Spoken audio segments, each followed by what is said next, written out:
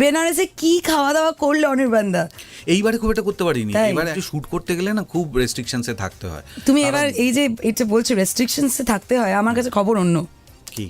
আমার কাছে খবর হচ্ছে সবাই নাকি ভালো করে পেট পুজো করেছে, কিন্তু তুমি ডায়েট মেনটেন করেছো, তাই কি? না, আমি ডায়েট মেনটেন করি না। আমার আসলে না স্ক্রিনে এই একেন বাবুই তার জন্য দায়ী যে আমার একটা ইমেজ হয়েছে যে আমি ভীষণ ফুডি এবং প্রচুর খাই। অ্যাকচুয়ালি আমি সেটা মানে আগে থেকেই খাই না, আমি খুব কম খাই। তুমি কম খাও, সেটাই শুনলাম। অনেক কিছুই খাই না, এবং আমার খাওয়া দেখে অনেকে অবাকও হয়। কি খাও তুমি? না, আমি সবই খাই। দেখো, আমার কিছু কিছু আমার পছন্দ হয় না, যেমন আমি রেড মিট খাই না কোনো কিছু, মানে মাটন খাও না? না, মাটন খাই না।